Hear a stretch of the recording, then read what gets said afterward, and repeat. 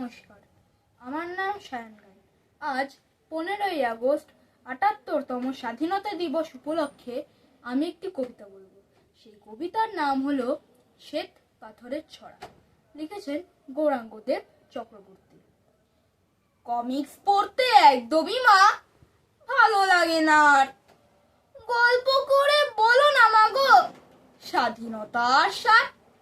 ক্ষুদিরামের ফাঁসি মাগো কি কারণে হলো? চলো চলো দিল্লি চলো কেই বা বলেছিল? সূর্য সেন, বাঘা যতীন, বীর সেনানী যদি। চলো না মা দেখে আসি বুড়িবালামের নদী। কানাই লালের ফাঁসির কথা কেউ বলে না আর। নিজেই কেন মরলে চাকি, হিসেব কষি তার। দেশের জন্য এত রক্ত দিয়ে গেলেন যারা, বড় রাস্তার পাথর হয়ে থাকবে শুধু তারা।